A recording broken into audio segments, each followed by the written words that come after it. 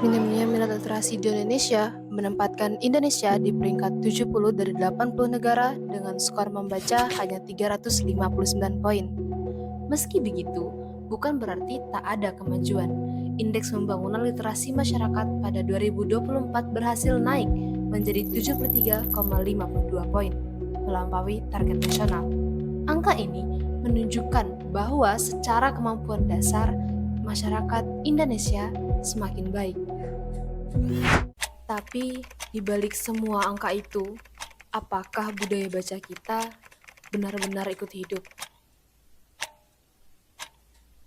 Aku, Zaskia Apni Samanta, pelajar Man Insan Cendekia Sambas yang berjalan di tengah masa di mana aksara adalah jendela dunia, sastra sebagai pelipur, dan membaca adalah cara manusia menyentuh makna. Setiap hari, manusia hidup dalam pusaran informasi yang tak mengizinkannya untuk merenung, menjadikan pemahaman dirinya tertinggal secara tak sadar.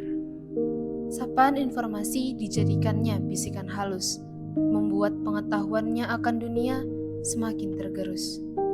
Namun, di tengah semua itu, ada suara lain yang hanya berdiri membisu, kian sabar menunggu. Perpustakaan adalah ruang baca paling demokratis. Di sanalah masa lalu, masa kini, dan masa depan duduk berdampingan. Perpustakaan bukan hanya ruang sunyi dengan rak-rak tinggi, melainkan taman gagasan, tempat imajinasi bersemi. Saat kita melangkah ke dalamnya, seakan waktu melambat, memberi ruang bagi pikiran untuk bernafas dan hati untuk merenung. Pergi ke perpustakaan bukan hanya mencari bacaan, melainkan mencari diri. Karena di balik setiap halaman ada cermin yang menunjukkan siapa kita hari ini dan siapa kita di esok hari. Frederick Douglass pernah berkata, "Once you learn to read, you will be forever free." Dengan membaca, kita tidak hanya membuka buku, tetapi juga belajar untuk memahami bagaimana dunia berjalan. Membaca adalah hal penting bagi mereka yang ingin bangkit melampaui kebiasaan mereka.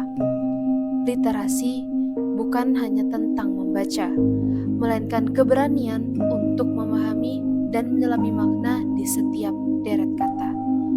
Buku adalah peta perjalanan, literasi adalah kompasnya, dan perpustakaan adalah terminal keberangkatan menuju harta karun dunia. Seorang filsuf Cina pernah berkata, "No matter how busy you may think you are, you must find time for reading, or surrender yourself to self-chosen ignorance." Literasi bukanlah keterampilan mewah, tetapi kebutuhan dasar yang membentuk pola pikir dan menentukan cara kita bertindak. Literasi bukan beban, ia adalah cahaya yang menuntun langkah menuju masa depan. Dari satu kata, satu kalimat, satu halaman, hingga satu buku, terciptalah gagasan yang sanggup mengubah arah dunia.